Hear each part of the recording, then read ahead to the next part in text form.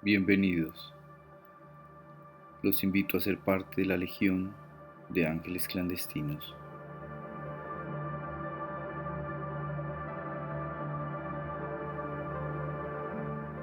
Van a escuchar el capítulo 7.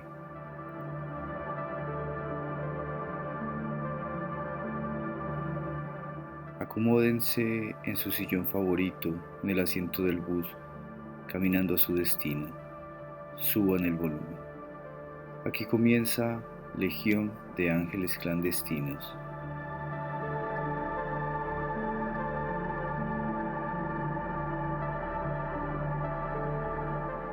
Capítulo 7. Tragando veneno.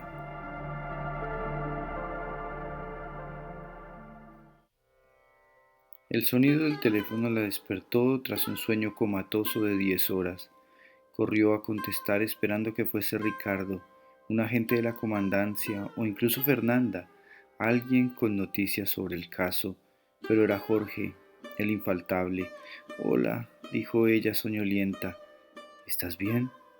Todo bien. ¿Otra vez te reuniste con tu novio a almorzar? La mente de Valentina quedó en blanco por unos instantes y luego recordó que el día anterior, cuando de madrugada la había llevado hasta su apartamento, Jorge le había pedido, casi ordenado, que almorzaran juntos. Ella, sonriendo, había dicho que sí y luego, igual que el día anterior a ese, lo había dejado plantado. Hizo un gesto de incomodidad, pero antes que reconocer su culpa, preguntó, ¿celoso? Pues, ¿qué te puedo decir? Si fueras una mujer común con reuniones comunes, tal vez sí, pero te conozco, sé que andas en algo gordo. Lo siento de veras. ¿Todo bien? Valentina consideró qué debía responder, si acaso debía contarle todo. Jorge era parte de su vida, una parte muy importante, ¿por qué mantenerlo al margen de sus preocupaciones? Respiró profundo. Nada de qué preocuparse. En la tarde voy a la redacción y hablamos. Eso espero, contestó Jorge con fingida molestia, pero de nuevo lo dejó esperando. Su mañana transcurrió entre adelantar algo de trabajo en su máquina de escribir y darle vueltas a lo que había sucedido la tarde anterior. Entre la marea de recuerdos, el nombre de Eróticos, anotado en la libreta de José y luego visto en una tarjeta, venía una y otra vez a su mente. ¿Y si es un grupo? ¿Algo así como una mafia? Aunque tal vez es algo menos imaginativo y mucho más simple, una tienda. Al mediodía salió a comer cerca de casa con el objetivo de conseguir prestado un directorio telefónico.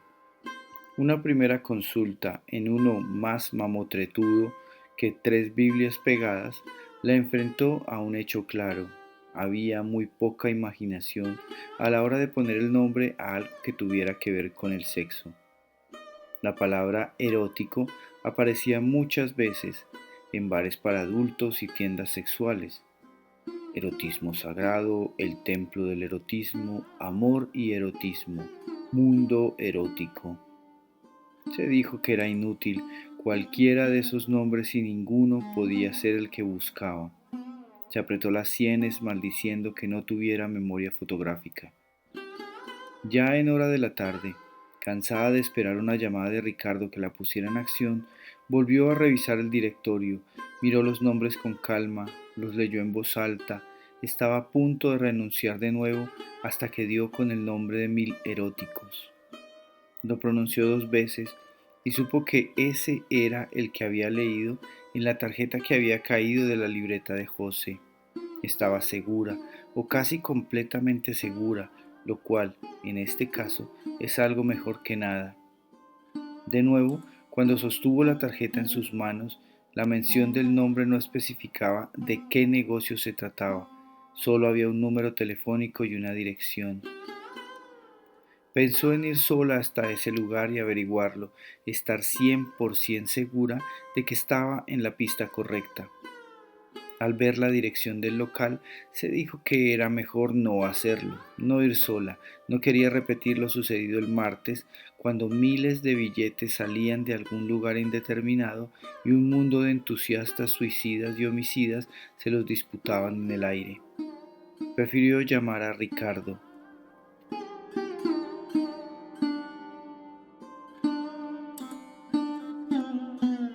Se encontraron cuando la tarde se confundía con la noche a pocos metros del lugar. Carlos y Ricardo llegaron en un taxi, en uno de esos que llaman zapatico por su forma y tamaño. ¿Puede meterse un elefante en un taxi? Después de ver salir a Ricardo del auto, Valentina se dijo que todo podía ser posible. Entraron al vehículo de ella. No había sido difícil convencer a Ricardo de que fueran juntos. Tengo una dirección que puede servirnos, había dicho Valentina, y él, que había revisado una y otra vez las carpetas del caso, que estaba a punto de pedirle a Carlos que fueran a buscar a Maritza para sacarle respuestas, como bien sabía él hacerlo, prefirió darle una oportunidad a la periodista, ir con ella y poner a prueba su instinto, porque si siguiera el suyo propio y fuera con Maritza, puede que consiguiera algo, puede ser, pero se metería en problemas para justificar el estropicio que causaría, eso con seguridad. Apostados en el escarabajo, miraron el rosado chillón de la luz de un aviso de neón con la palabra 1000 eróticos escrita en letra cursiva. Su fulgor se proyectaba sobre toda la cuadra, opacando la desvaída luz del alumbrado público, tornando el gris monótono de la calle en algo opresivo y amenazante. La puerta del lugar estaba cerrada. Estaban en pleno centro de la ciudad, en un barrio difícil, barrio de tolerancia, domicilio de llamativos prostíbulos, de las ollas de drogas más grandes, de casas viejas y semidestruidas, de habitantes tristes y pobres, de prostitutas, ladrones y drogadictos. ¿Y si voy yo?, preguntó Carlos. Pasaría por un cliente más. Valentín y Ricardo lo miraron, su gesto de niño bueno, su chaqueta de cuero, la camisa blanca impoluta. No funcionará, dijeron al unísono. Nunca ninguno pensó en que Ricardo podría ir, aunque tal vez sin barba, empaquetado en un vestido apretado. Valentina sonrió con la idea. Tras un silencio meditativo, Valentina dijo, «Debo ir yo». Lo dijo con la mirada fija en el lugar, queriendo parecer decidida, aunque su tono de voz transparentaba duda. Si queremos que no se den cuenta de inmediato quiénes somos, tengo que ir yo. ¿Y qué hay de mí?, preguntó Carlos de nuevo. No, zanjó Ricardo. Valentina puede simular que es una Maritza. Sea lo que fuera, era bella. Al desaparecido le gustaba el porno y no creo que Maritza solo fuera su amante, también era su fufa. ¿El doctor José Luis, padre de un proxeneta?, preguntó Valentina, que sonrió irónicamente ante la idea de que el hijo de un gran empresario y filántropo, ejemplo de la nación, se lucrara de la prostitución. Es lo más seguro, por eso el video. No creo que sea por pudor que Maritza quiere recuperarlo. Debe ser por la persona con la que se está acostando en el video, añadió Ricardo. ¿Chantaje? Eso creo. Y por eso creo que lo que más conviene en esta situación es que Valentina se presente diciendo que lo conocía o que le recomendaron que lo buscara, que simule bien que está buscando trabajo, tirar de la cuerda a ver qué pesca. No me gusta, podría ponerse en peligro, dijo Carlos cruzando los brazos. Todos miraron el lugar desde lejos, el aviso neón refulgente que repelía y atraía a la vez. Esos lugares tienden a ser de porno dura. ¿Porno dura? Sí, cosas enfermas, violencia de todo tipo. Al más mínimo indicio de que las cosas se están torciendo, corra o grite. Estaremos listos para entrar. ¿José Luis hijo podría estar involucrado en algo aún más turbio?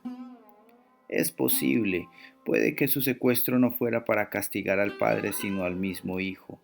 Por el momento, todos son conjeturas, pero estamos aquí para acercarnos a la verdad. Es lo que tenemos que averiguar, dijo Ricardo sin dejar de mirar el local. Tras un corto silencio, Carlos insistió una vez más en que debía ir él y hacerse pasar por un cliente. Valentina negó nuevamente su propuesta. Una mujer causará menos prevenciones. Llevaba puesto un jersey largo de lana negra. Antes de bajarse del auto se lo quitó. Debajo vestía una camiseta sin mangas, ceñida, también negra. Se metió la camiseta en el pantalón, jalándola del frente para ampliar el escote. Un poco de pintalabios, un poco más de pestañina. ¿Cómo me veo?, preguntó a los dos hombres volteándose hacia ellos. Ninguno habló, alguno arqueó las cejas, el otro asintió con la cabeza. Para Valentina era claro que les gustaba, y mucho. Así está bien. Demasiado convincente, dijo Carlos. De golpe hasta la contratan de inmediato, dijo Ricardo mirándola de reojo. Es usted un don Juan, Ricardo, reprochó Valentina con un falso disgusto. Él sonrió. Mover el auto más cerca. 10 minutos, Valentina. Si en 10 minutos no sale, nosotros entramos. Actúe despreocupada, no se presione. Necesitamos la información, pero siempre hay otra forma de conseguirla. Recuerde eso.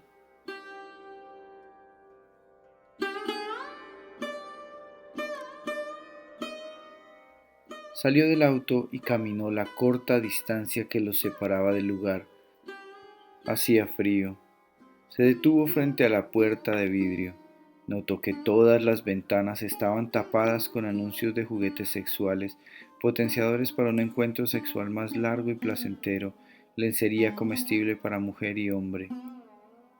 Un aviso escrito con letra infantil y que estaba acompañado por portadas de videos que sonrojarían a más de uno, ponía Videoteca para adultos. No le gustó ni un poco que todos los avisos impidieran que desde fuera se viera el interior del local. Respiró profundo, encontró el timbre y miró con disimulo hacia el carro. Lo pulsó. El sonido de un gemido de mujer, un gemido de placer cercano a un grito, se escuchó al interior de la tienda. Valentina se sobresaltó y deseó que nadie la estuviera viendo. Una voz gruesa y afeminada pidió que siguiera, al tiempo que accionaba el seguro de la puerta. Ella empujó y encontró tras el mostrador a una travesti calva, alta y fornida. Tenía sendas candongas doradas, poco cabello que anudaba en una cola de caballo. Sus labios eran anormalmente grandes, posiblemente por alguna operación de la que no podía decirse si había sido un éxito o un rotundo fracaso. Sonrió al verla. Los labios estaban pintados de un rojo carmesí intenso. ¿Por qué todos los travestis son tan grandes?, se preguntó Valentina. Vestía una blusa roja escotada que dejaba ver la mitad de un enorme par de tetas. ¿Qué se te ofrece, querida?, preguntó sin dejar de sonreír. Había deseo en su mirada. Valentina miró alrededor. El local era pequeño, de menos de 3 por 3 metros. Frente a la entrada se ubicaba el mostrador, detrás del cual estaba el travesti. Tras ella había una lámpara de luz roja y tenue que iluminaba toda la estancia. A la derecha del mostrador, en una esquina, un televisor proyectaba una película en la que dos hombres tenían sexo y uno de ellos gemía padeciendo las embestidas del otro. En la pared de enfrente al mostrador había un estante de piso a techo, forrado de videocasetes de películas porno. A un costado de la travesti, tras el mostrador, vio una puerta cerrada. Habían ensayado en el carro una coartada. La repitió de la manera más convincente que pudo. Estoy buscando a José. Sé que tiene negocios aquí. La travesti le dedicó una mirada inquisitiva y desconfiada. Conozco a muchas Josés, no sé si al tuyo. La observó con atención reconcentrada, desconfiando, intimidándola. José, el de los videos porno. Ah, ya. José, ese cabroncillo. ¿Por qué lo buscas? ¿Eres actriz? Contempló su cuerpo de arriba abajo. No le gustó esa mirada que parecía querer devorarla. He trabajado con él, dijo ella con gesto desafiante. Al instante dudó, y si me pregunta detalles. Lo busco por trabajo, matizó, esperando haber sonado convincente. Ah, ya, en un video con José, dijo la travesti. En su voz había algo de sarcasmo. Sí, Maritza, no sé si la conoce, me dijo que andaba buscando gente. La travesti sonrió al escuchar ese nombre, salió de detrás del mostrador y se acercó a ella. Vestía una falda negra de cuero ceñida a media pierna y unas botas de plataforma con hebillas que le añadían unos 8 centímetros a su ya enorme estatura.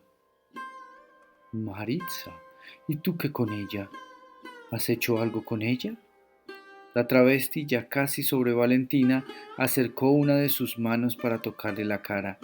Valentina no se retiró, dejó que la tocara, pero no dulcificó un ápice su mirada cerrada. Pudo ver las muchas imperfecciones de su rostro, producto de un acné en su adolescencia. Pudo sentir su aliento ácido. No, solo me dijo que José estaba buscando gente. La travesti la observó en silencio por un instante, le acarició ambas mejillas. Tienes una piel hermosa. No suelen venir mujeres como tú por acá. ¿Como yo? Sí, como tú. ¿Entonces buscas a José para trabajar con él? ¿O ya hiciste algo para él? Cuando preguntó esto, la travesti deslizó su mano hasta su cuello y apretó un poco. Valentina sintió miedo, quiso mantenerse firme, pero en la comisura de los ojos la travesti pudo ver lo que realmente sentía. Valentina no respondió. Estás tensa, dijo, apretando cada vez más su nuca, acercándola a ella. Valentina se negó. Ella sonrió y la soltó un poco. No, no podrías trabajar para José. ¿Quién eres, chica de piel divina? Ya te dije, busco trabajo. ¿Policía? No, eres una chica demasiado bien para ser policía. ¿Una puta fina? Mm, Tengo mejores contactos que José. Yo te puedo dar un buen trabajo, si quieres. Mientras decía esto, la soltó y se retiró un poco sin dejar de mirarla. Ok, te escucho. Estoy abierta a ofertas, dijo Valentina. La travesti sonrió, se llevó un dedo a la boca con un gesto juguetón. Una niña mimada viene a preguntar por una lacra. ¿Y me dices que has hecho algo con ese veneno? Pero mira, querida, se acercó impulsivamente y le agarró con fuerza el cabello. Dirigió su vista hacia la pantalla de televisión en la que dos hombres copulaban como sometidos a una máquina de movimiento perpetuo. Si conocieras a José, sabrías que a él le gusta la pija y solo graba videos con chicas como yo. A las mujeres, a una como tú, las utiliza para otras cosas. Si lo supieras, no vendrías buscando problemas. Valentina forcejeó para que la soltara. Si me dices la verdad, putica, te vas de aquí en una sola pieza.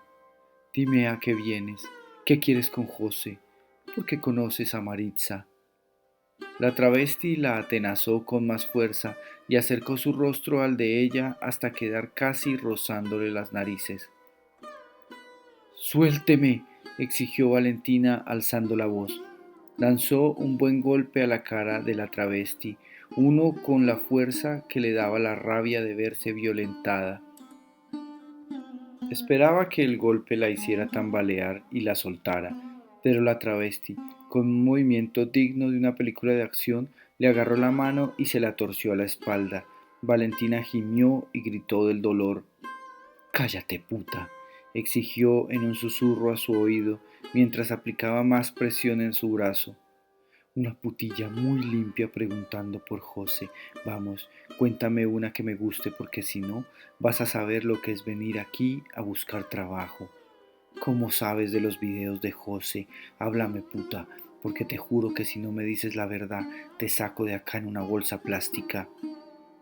Valentina no podía hablar por el dolor en su hombro. El hombre preguntó si traía micrófonos y la palpó con deseo entre sus piernas, su sexo, el pecho. Valentina gritó: ¡No! Mira lo que lograste, dijo la travesti, y agarró la mano de Valentina que estaba libre, la llevó a su propia entrepierna. ¿Lo sientes, amor? Tú y yo vamos a tener una conversación muy profunda. Luego rió y con rapidez, con violencia, la condujo hasta la habitación que quedaba detrás del mostrador, la que estaba cerrada. Ella trató de gritar, de nuevo, pero el dolor en el brazo solo le permitió gemir lastimeramente. Tras abrir la puerta de un golpe, la empujó con fuerza. Ella se sintió lanzada hacia adelante sin poder detenerse. Trastabilló, tropezó, cayó de frente sobre una superficie blanda y maloliente. La luz rojiza del local inundó de repente la estancia. Valentina vio que estaba en el piso, sobre un colchón. La travesti sonreía.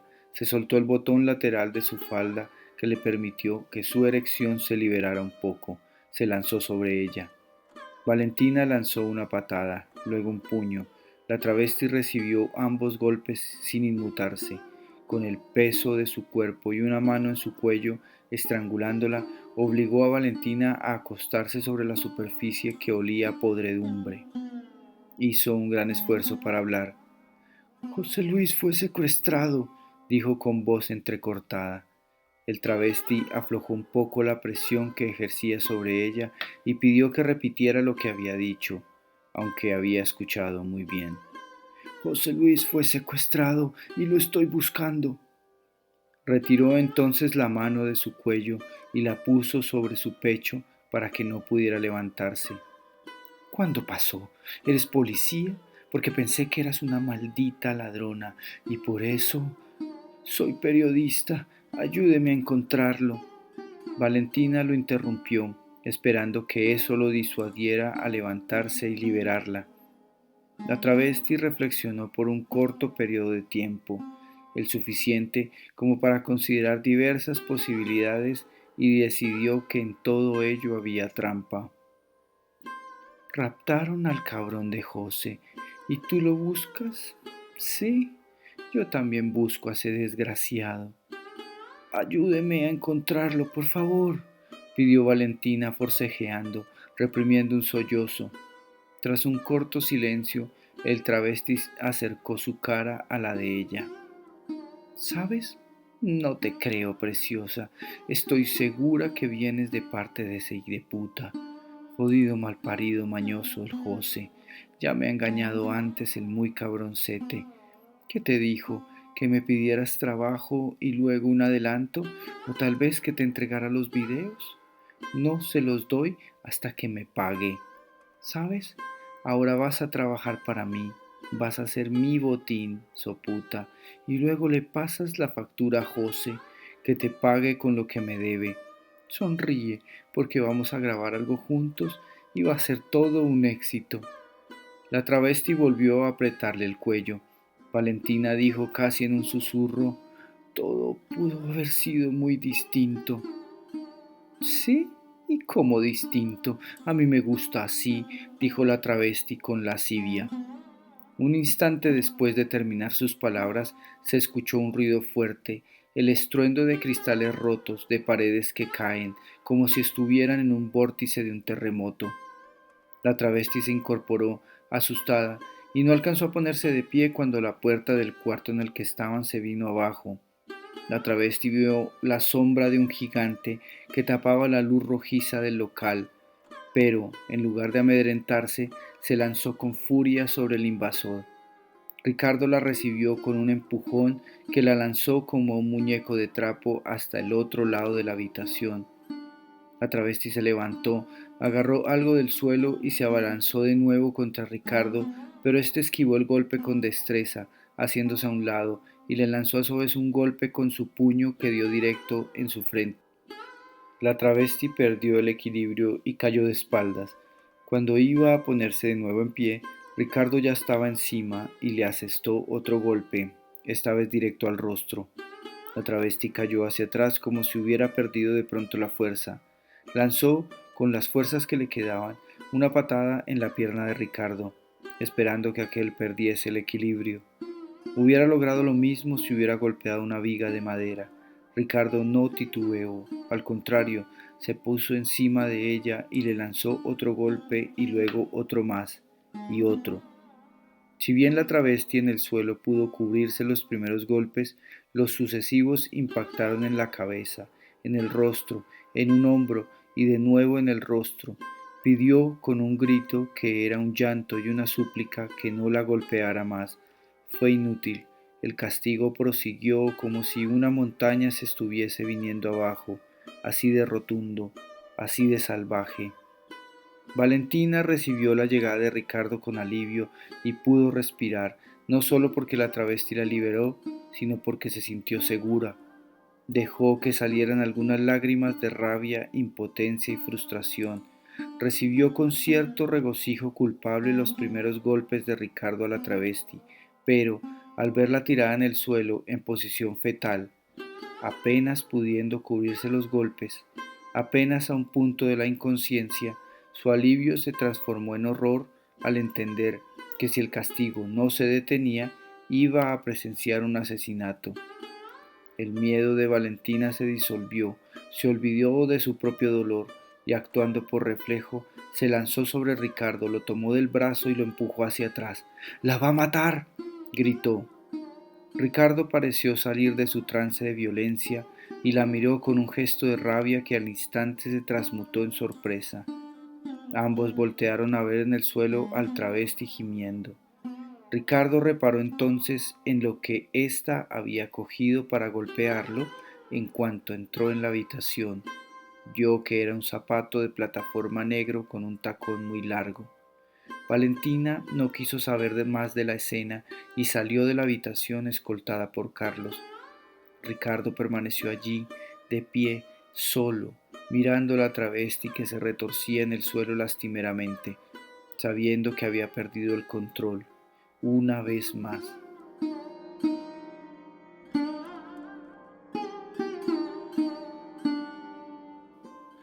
Miró alrededor, el cuartucho sin ventanas, sucio y maloliente. Vio en una esquina un retrete con un lavamanos y un pequeño espejo mugriento colgado en la pared.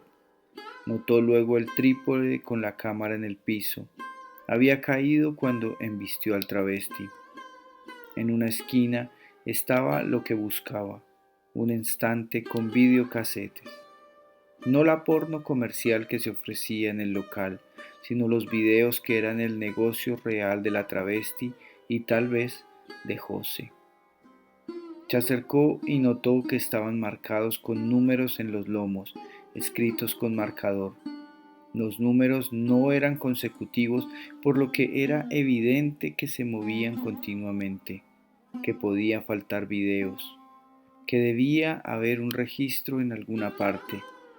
Cogió uno al azar, pasó a la tienda y lo colocó en el reproductor de video. Se trataba de una grabación casera. Al parecer una cámara oculta había filmado a un hombre gordo y canoso teniendo sexo con un joven, un adolescente. Volvió al cartucho. En el estante había cerca de 30 videos, ninguna lista o libreta que indicara el contenido de cada uno. ¿Dónde podría estar? Pasó a la tienda y registró los cajones del mostrador. Nada. Vio una mesita de madera caoba sobre la cual había un teléfono rosado. Tenía un cajón pequeño y debajo un espacio para revistas o directorios. Abrió el cajón. Había una libreta. Demasiado fácil, se dijo Ricardo, y no se equivocó.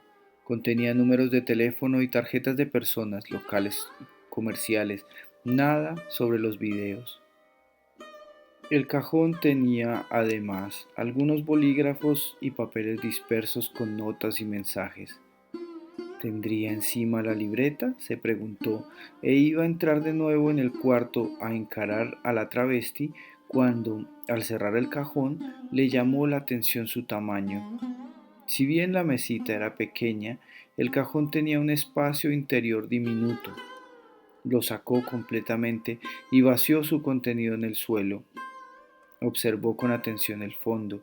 Allí debía estar escondido el espacio faltante, debía tener algún mecanismo que abriera un doble fondo. Le dio varias vueltas y al no encontrarlo lo estrelló con violencia contra el suelo. Con un fuerte estrépito volaron partes de madera por todo el local. Esta vez tampoco se equivocó. El cajón se abrió en dos y mostró un doble fondo que contenía una pequeña pistola, algo de dinero y una libreta. Podía abrirse con una pestaña escondida, animal, reclamó desde el cuarto una voz llorosa y afeminada. Ricardo miró con precaución hacia dentro del cuartucho. El travesti se hallaba mirándose al espejo, limpiándose las heridas. Sin perderla de vista, recogió del suelo con un pañuelo el arma y la libreta. Si intenta algo lo mato, advirtió Ricardo en voz alta.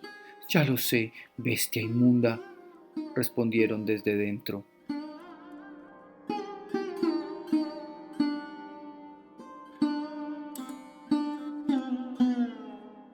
En pocos minutos el lugar estuvo atiborrado de policías. El inspector Martínez, que había tomado oficialmente el caso en vez de Ricardo, no se hizo esperar. Era un hombre robusto, de pelo ceniciento y aspecto ahindiado. Su labio superior estaba cubierto por un mostacho poblado, negro azabache, que contrastaba con el color de su cabello. Se acercó a Ricardo y ambos se dieron un fuerte y caluroso estrechón de manos. Tras los saludos de rigor, entraron en materia. Ricardo lo puso al corriente de todo. Adentro están los videos. En esta libreta están anotados los nombres de los protagonistas, entre ellos el de José Luis Hijo. Todo un mierdero si sale a la luz. Cuídela. Ricardo entregó la agenda y el arma a Martínez. Este la cogió con el pañuelo y examinó los dos objetos sin mucha atención. Sus ademanes eran cansados y displicentes. ¿Qué va a hacer ahora?, preguntó Martínez mirando hacia el local. Tengo que hablar con algunas personas que salen en los videos. Para mí la vaina va de chantajes. Se salieron de madre y ahí quedó el secuestrado. ¿Y usted qué va a hacer? El inspector Martínez respiró profundo, sin dejar de mirar hacia adentro del local. Yo cada día estoy más viejo. Usted sabe por qué mi general me dio el caso. Me voy a sentar por ahí, a solucionar algunas querellas de familia y a esperar que usted me entregue el premio de la lotería. ¿Qué le parece? Que va a ser un final con un moño muy bonito para el retiro. Ya es cosa de meses, dijo el hombre sonriendo. Si le ponen algún pereque, dígales que me llamen. Ricardo, yo soy un tipo fácil. Hasta mis hijos me dicen que soy muy permisivo. Ambos rieron, se despidieron como se habían saludado.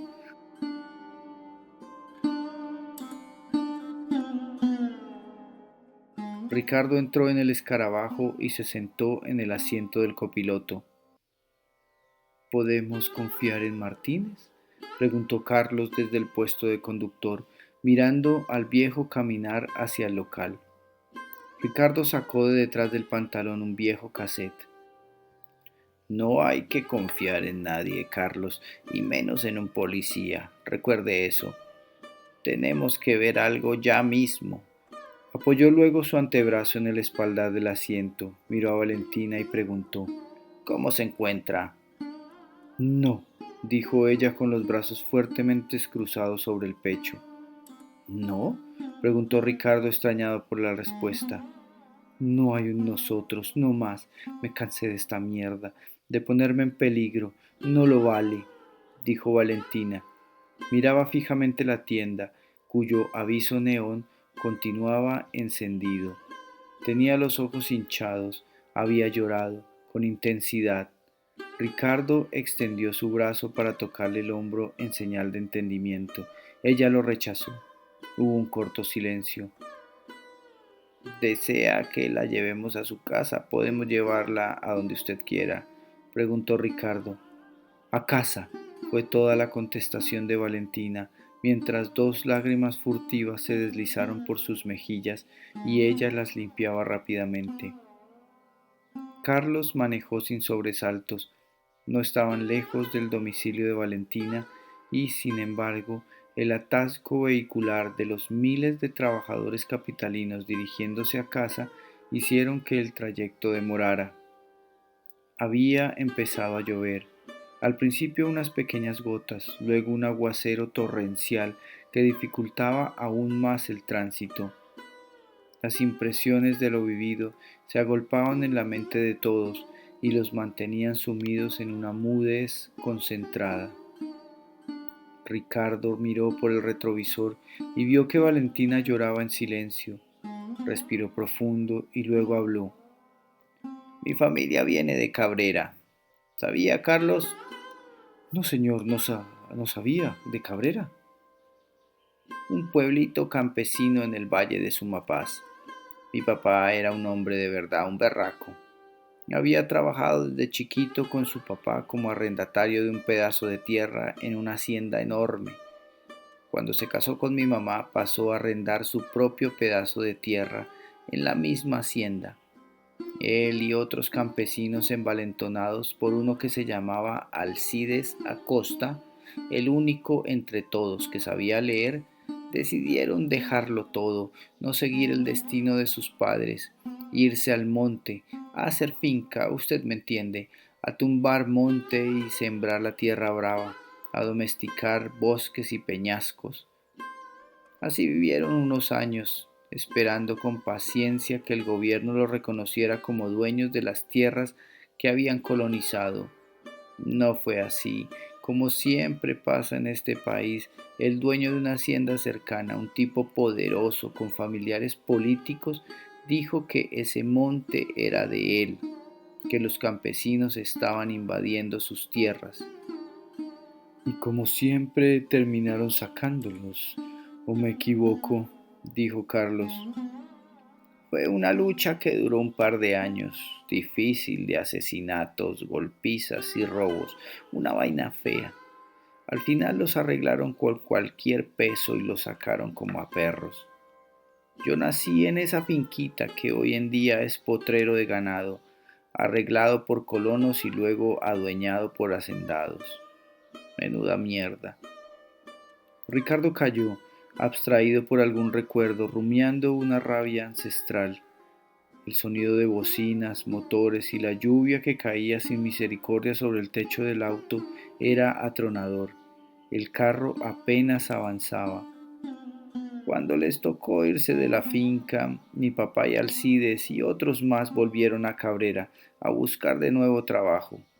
Tenían fama de robafincas y ni siquiera los dejaron quedarse en el pueblo. Les tocó emigrar para Bogotá. Llegaron a Suacha, que antes era un pueblo pegado a la ciudad. Se arrimaron todos los colonos en un pedacito de tierra y levantaron ranchos de palo y latas. Como el que es gallo canta en todo corral, Alcides siguió con la idea de que iba a tener su pedazo de tierra algún día.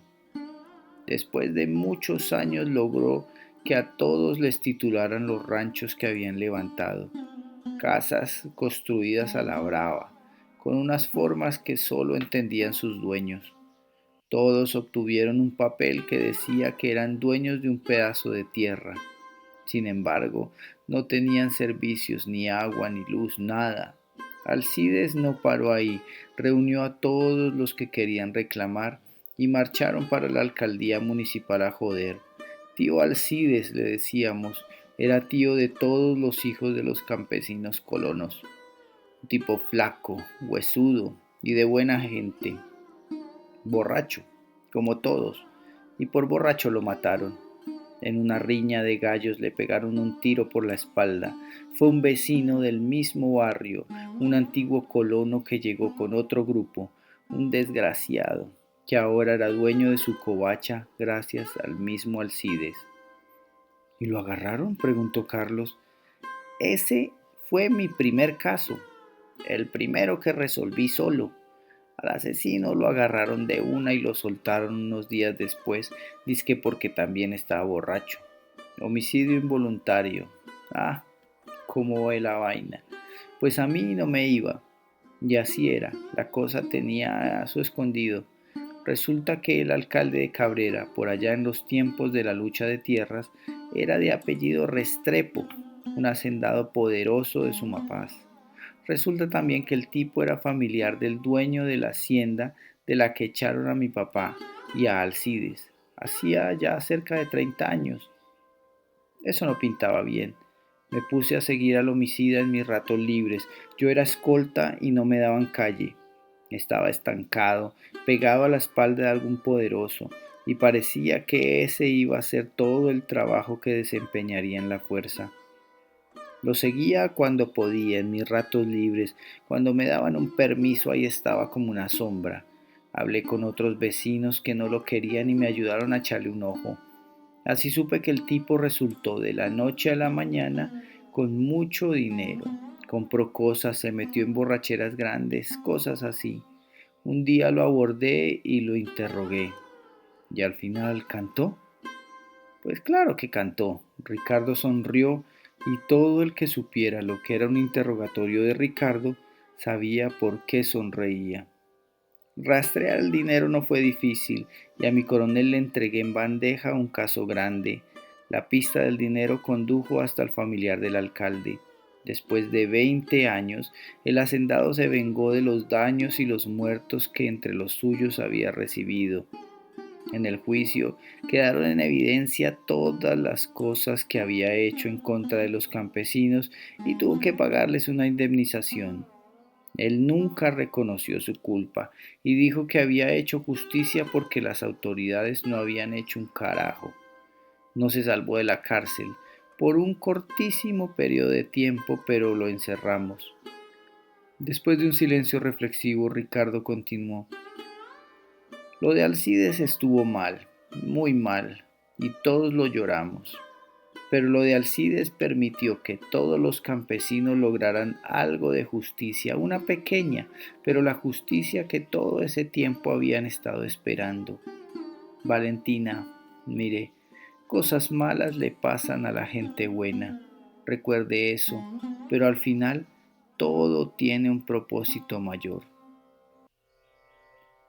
Cuando llegaron y la dejaron en su apartamento, Valentina decidió permitirles que se llevaran el carro. Ellos prometieron devolvérselo con un agente apenas llegaran a la estación de policía. Le hace usted honor a su nombre, Valentina. Va a superarlo. Sepa que estamos más cerca de resolverlo y ha sido gracias a usted, dijo Ricardo mientras descendía del coche, pero ella apenas lo escuchó. Esperaron a que ingresara en su conjunto de apartamentos y partieron. No entiende que ya no hay un nosotros, se dijo a sí misma mientras abría la puerta de la recepción. Saludó con un lacónico buenas noches al portero y escuchó que éste decía algo. No puso atención a sus palabras y continuó caminando. Aquel tuvo que alzar la voz y repetir lo que había dicho. Señorita Valentina, le digo que tiene un recado. Se volteó y esperó a que se lo diera. El portero salió de detrás del mostrador y le entregó una nota, escrita sobre un pedazo de papel arrancado del periódico. Fea, vine a buscarte, ahora tienes que buscarme tú. Te espero, Jorge. Valentina sonrió y una lágrima descendió por su mejilla.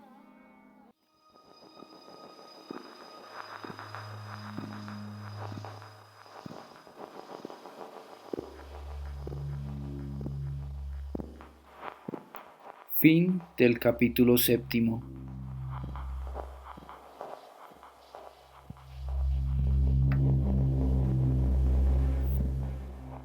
Gracias por escuchar hasta el final.